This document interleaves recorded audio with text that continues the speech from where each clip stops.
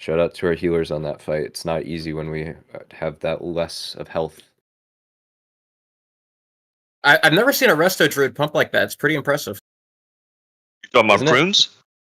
Yeah. I mean, Yeah. I thought he was kind of being a goblin because he's just innervating himself, but like, No, he on deserves. No, staff, he it's knows what he's impressive. doing. Yeah, he's Yeah, crazy. he's okay. Naxxramas is the pinnacle of vanilla raiding. It requires a lot more focus and attention from healers, and when played correctly, Restoration Druid can really shine in Phase 6. In this video, we will go over how to perform well in Naxxramas, tips for being a clutch healer in the raid, and loot priority for the Restoration Druid. First off is the Spider Wing. Some general trash information. The Spider Wing trash can be deceptively hard hitting, especially the initial spider packs. Make sure you are decursing the tanks and letting the priests and pallies top off these targets. When it comes to pre-Faralina caster packs, make sure that you are preemptively rolling hots on melee targets. Alright, Anubercon.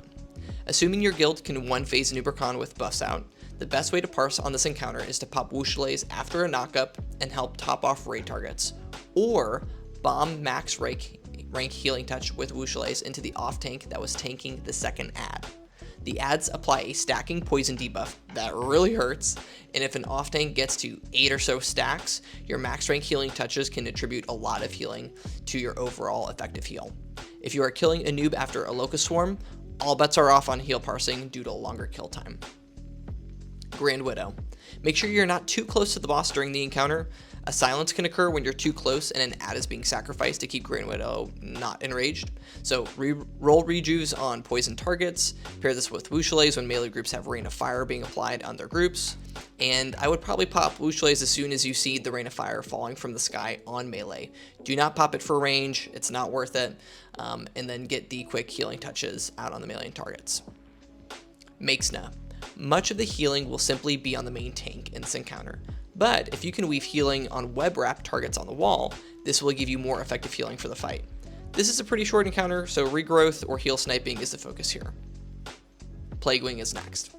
For Noth, not a lot of damage is going to be going out on this fight, but where things can get a little bit squirrely is when Noth blinks and drops threat. A tank will look to build threat off of a rolling ignite from a mage typically. You'll have off tanks popping Death Wish on the blink, taking a bit more damage when they try to pick up the target. This is when I like to pop Wooshalays and make sure that I have mouse over healing on the target of target for Noth. Get your healing touches off on the warrior that gets threat before other healers top them off. Hygen. While the tank is kiting melee players, Hygen will periodically put a poison dot on the nearby melee players that need to be dispelled. Maybe it's not a true poison, it's a magic effect. A priest has to dispel it. If the spells are slow, your rejuves on melee targets or sniping heals on those targets can get effective healing in for your heal parse. If you get teleported, it's kind of GG. Lotheb. Okay, there are a couple things here for Lotheb, as there are multiple ways you can get effective healing on Lotheb, even with the Corrupted Mind debuff. Let's go over the pull first. As the tank is pulling, you will want to have both a max rank rejuve and a max rank regrowth rolling on the tank. Ideally, regrowth hits the tank, and as he's running in, you toss a rejuve. The Corrupted Mind debuff is applied to the raid 5 seconds after Lotheb is engaged. So, your rolling rejuve should be able to tick one time, and you can reapply rejuve again before Corrupted Mind is applied to the raid, and you have a 60-second time period where you can't heal. Now, this doesn't sound like much, but it is one more tick of rejuve you can get out via the pull. If you want to heal parse, the next thing you need to do is convince your raid leader to let you be the first heal for the Lotheb rotation. All of the add-ons for tracking Corrupted Mind are alphabetical, and 90% of raids will simply go down the alphabetical list for the healer order. And thus, if your name starts with an A, you should be pretty good. But if you're later in the alphabet, like me with a P, you need to convince the raid leader ahead of time that you should heal first. You can either use another max rank regrowth, and much of the dot will be effective over time, or a max rank healing touch.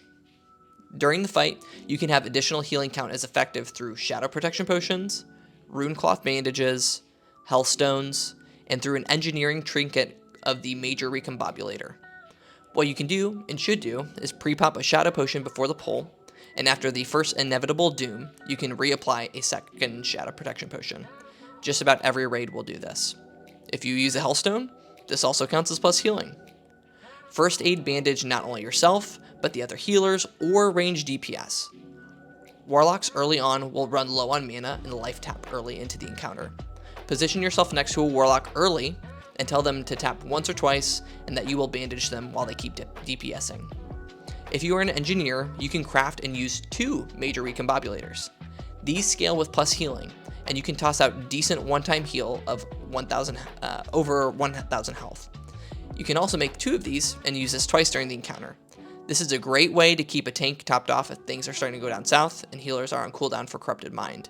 You can use this even when you're on Corrupted Mind debuff. Alright, next is the Construct Wing or the Abomination Wing. General trash tips. Be max range for everything. The big A-bombs stun, do knockups, and have nasty cleave. Simply make sure you're max range to the A-bomb mobs while still being able to heal up your raid. Use your trinkets in the pre-patchwork trash as they hit hard and things can spiral quickly. Patchwork. You will be assigned 1 tank to heal and keep topped off. Now, in Anniversary, there may be a scenario where you can hot all the main tank targets, and this could be great for parsing. But I think this is going to be a rare scenario, versus you simply being dedicated to healing your 1 tank target. Ideally, you want to be healing the main hateful tank. This would be the off tank that has the most HP and is taking the most hateful strikes from Patchwork. You want to be healing this tank as they will be taking the most damage during the encounter, and you will have more of your heals be effective. It is also okay to roll rejuves on Warlocks as they start to tap, and I enjoy using Wushalays, either at the beginning of the fight, if I am healing the main tank who is trying to establish threat while dual wielding, or towards the end of the fight when he enrages and more damage is going out. Grobulus. I think players will overestimate the difficulty of this encounter. It can be easy if everyone executes, but if melee is too close to the boss during an open slime spray window, and you get 4+ slimes, things can spiral pretty quickly. It's in these scenarios where the top parses will occur, as unnecessary and extra damage is going out, and more heals are going to end up being effective.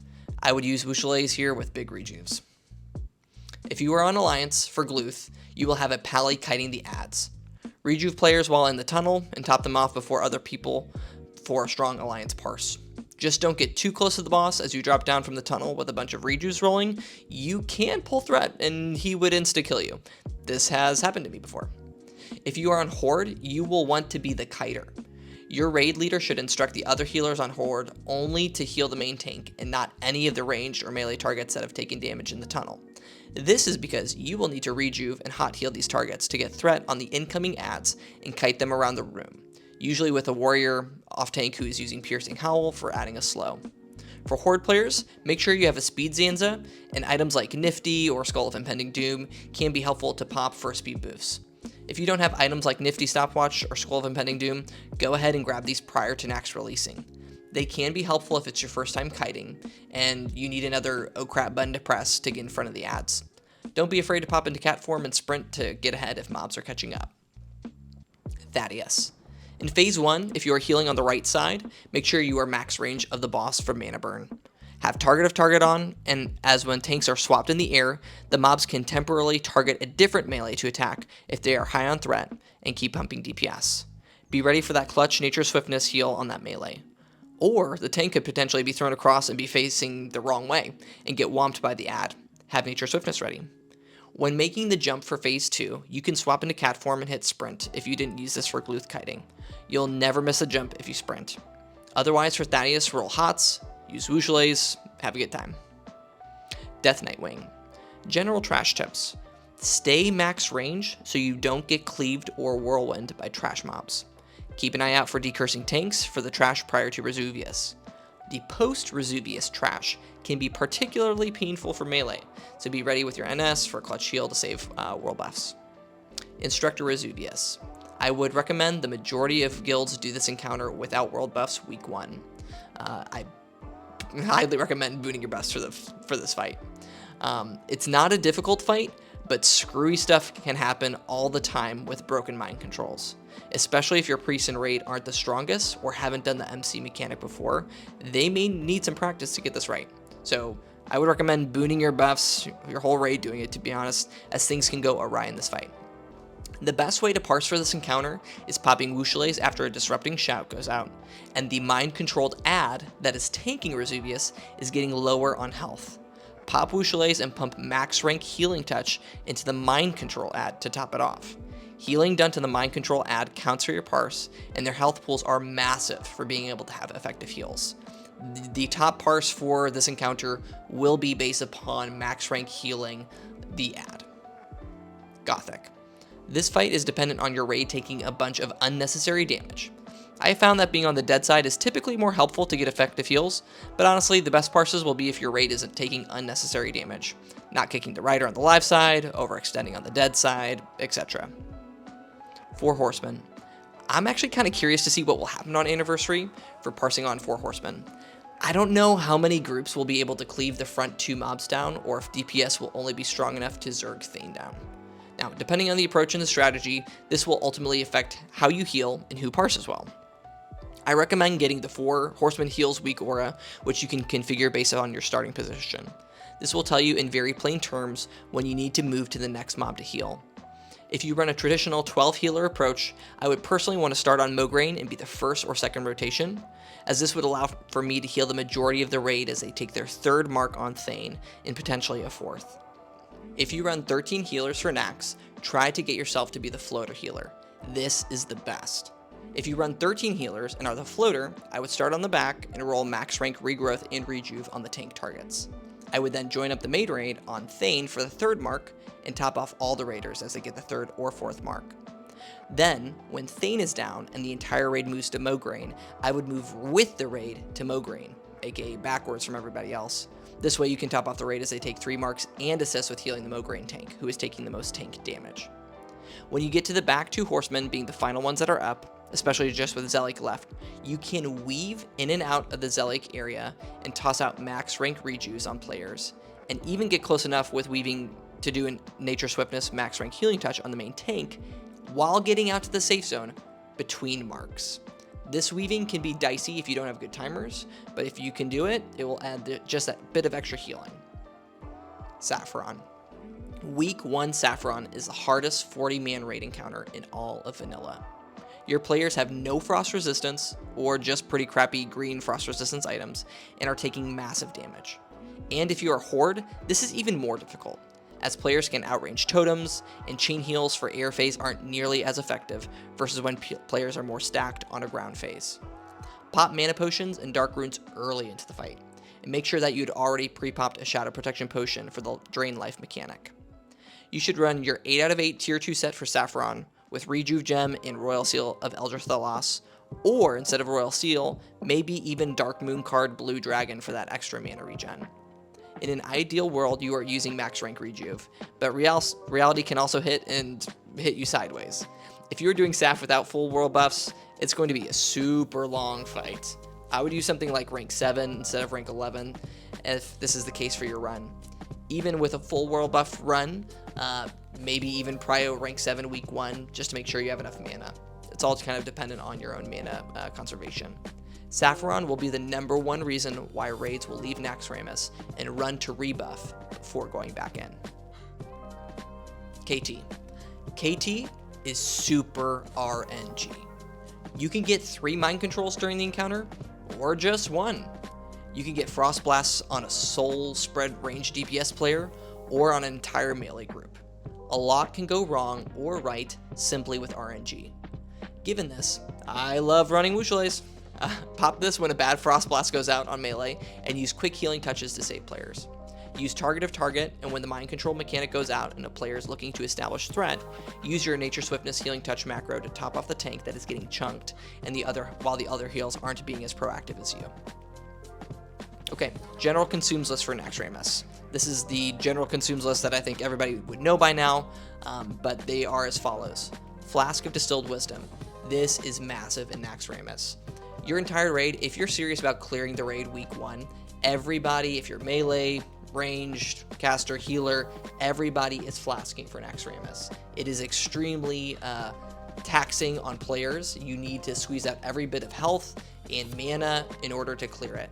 Bring 1 to 2 flasks of Distilled Wisdoms for your run. Major mana potions. I would bring 25 major mana potions. For real. Dark runes and demonic runes. I'd bring 20 demonic runes or dark runes to the encounter. Mage blood potions. depending how much your raid wipes, 5 to 10 of these. Brilliant Mana Oil or Wizard Oil. I think if you're more rejuvenation focused, Mana Oil is probably the way to go. Wizard Oil if you're regrowth focused. I would just prio Mana Oil, given of, MP5 is pretty powerful for Naxxramas. I would use Night Fin Soup. I would bring heavy Runecloth bandages for Lotheb. Greater Shadow Protection Potions for Lotheb, Sapphiron, and 4 Horsemen. Greater Frost Protection Potions for Sapphiron and KT. You're pre-popping these before the encounter, not using them during. During those encounters, you will always want to use major mana potions instead of protection potions. And then more niche, you could bring Greater Fire and Greater Nature Protection Potions for Fairlina, the encounter, and those would count as also plus healing for your parse, but it's not really necessary. Alright, going over into loot priority. Loot priority in Naxxramas feels somewhat odd to do, as there are so many upgrades in this tier, and some of the items I would go after are contingent on what items you have already gotten in a previous phase. For instance, if you got Don Rigobiertos in AQ phase, you should not go for the tier 3 helmet. But if you're using the tier 2 helm and you don't have Don Rigobiertos, getting tier 3 helm is a 37 healing power upgrade. That's huge. But once again, it's dependent on your previous phase upgrades. I'll go over the top 3 upgrades from my personal perspective, maybe 2 or 3, along with a brief discussion on trade-offs with previous phase gear. Now, the most broken item in the game, which should be your #1 priority, is the Eye of the Dead trinket. I've talked about this numerous times before. If you're familiar with any of my content previously, you've heard me talk about Eye of the Dead and how broken it is for Restoration Druids.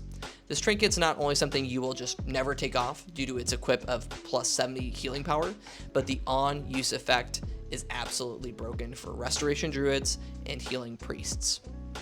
The on-use says it will increase your healing done by the next 5 spells by 450 healing power within the next 30 seconds. Those are 5 massive heals. But these 5 charges of quote-unquote spells or heals are not consumed by a Priest's Renew or a Restoration Druid's Rejuvenation. This means if you are a Rejuvenation Healing Druid, when you use Eye of the Dead, you have 30 seconds of plus 450 healing power rejuvenations. This is insanely broken, and the most impactful item for Restoration Druids, on par or greater than Wushale's Charm of Nature. This item should be your #1 priority to go in all of Naxxramas. Next priority would be a weapon upgrade, which is ideally the Hammer of the Twisting Nether with Sapphiron's Offhand, or Atiesh if you're in Guild Leadership. Hammer of the Twisting Nether just has so much healing power at 238 HP. This is 51 more healing power than Scepter of the False Prophet in AQ, and all healers want this one-handed mace. If you have not gotten Scepter, and there's a long line for Twisting Nether, the Widow's Embrace off of Grand Widow is also a solid one-hander. Now, it's not nearly as strong, but it's a great upgrade. I would prio the Grand Widow one-hander over the Spire of Twilight off of Thaddeus. If you have the Scepter of False Prophet, look to get the Sapphiron offhand to pair with this. And if you have Scepter, I don't think it's likely that you'll get the Hammer of the Twisting Nether unless you're in Guild Leadership. It's really not the best look to upgrade from the second BIS in the game to the first BIS when the item is so contested and the drop rates are so low. From here on out, the upgrades are highly situational based on your previous gearing. I'll share a couple of trade-offs here. The first one is for helms. Go for the tier 3 helm if you do not have Don Rigobiertos or the Deviate Growth helm off of the Emerald Dragons. If you have either of these 2 helms, don't go for the tier 3 helm. Go for the Necklace of Necropsy if you do not have the Cthulhu neck. If you have the Cthulhu neck, don't go for Necropsy. Go for the tier 3 shoulders if you do not have Wild Growth Spalders. If you have Wild Growth, don't prio the tier 3 shoulders. Go for the tier 3 chest if you don't have the Robes of the Guardian Saint. If you have the AQ robes, don't prio the tier 3 chest. Now, as a caveat, I personally would go after the tier 3 chest, because if you're like me, you are absolutely exhausted looking at the same blue robe from phase 1 in Strat UD. This isn't the biggest plus healing power upgrade, although the secondary stat upgrades are massive, which more stamina in Nax is a big deal, but purely from a pure peace of mind where you don't need to wear a robe. Go for the tier 3 bracers if you don't have the bracelets of Royal Redemption. If you have the bracelets, don't prio tier 3 bracers. Go for the tier 3 gloves. These are good. Go for the tier 3 belt if you don't have Grasp of the Old God. If you have Grasp, don't prio tier 3 belt. Go for the tier 3 legs if you don't have empowered leggings. If you have empowered, don't prio tier 3. Go for the tier 3 boots if you don't have boots of pure thought. If you have pure thought, don't prio tier 3. Go for the band of unanswered prayers if you don't have both pure Elementium band and Ring of the Martyr. If you have both Peb and Martyr, don't prio unanswered prayers. If you have 2 out of these 3 rings, you are set. Don't prio the Dreamwalker ring, you will passively get this, and it is worse than all of these 3 previous rings. I personally would aim for getting at least 4 out of 9 tier 3 for the mana efficiency bonus. If you want to continue to run regrowth, there is a world where you could run 8 out of 9 tier 3. I am less familiar with this and personally would not advocate for it, but some people do it. And with Naxx loot priority coming too close here, that's a wrap on my vanilla Restoration Druid guides. I want to say thank you to everyone who has followed along with my content for the anniversary cycle. I have enjoyed putting together these videos about vanilla Resto Druid, and it's been fun being able to talk about a class and spec I enjoy so much. Going forward into TBC, I will continue to put out raid VODs and perhaps the occasional guide or general review about TBC Resto Druid, but my expertise is primarily within the vanilla content cycle. I will not move forward into Wrath Anniversary when this inevitably is announced, but if and when Blizzard comes out with the Classic Plus, I will absolutely be playing Classic Plus. I have thoroughly enjoyed the Season of Discovery iteration of Restoration Druid, and I still try to raid weekly on SOD simply because Resto Druid on that version is so fun. So come Classic Plus, down the road, you should expect more in-depth guides and reviews on Resto Druid. If any of my guides have been helpful for you over the past almost year, leave a comment and let me know. Your feedback has been a great motivator to keep putting these out. Have a great final phase, and if Blizzard enables character copy from Anniversary to Era, I highly recommend putting in a few extra bucks to copy your character, and you never know when the itch may come back to play your tune in an Era format. Thanks all.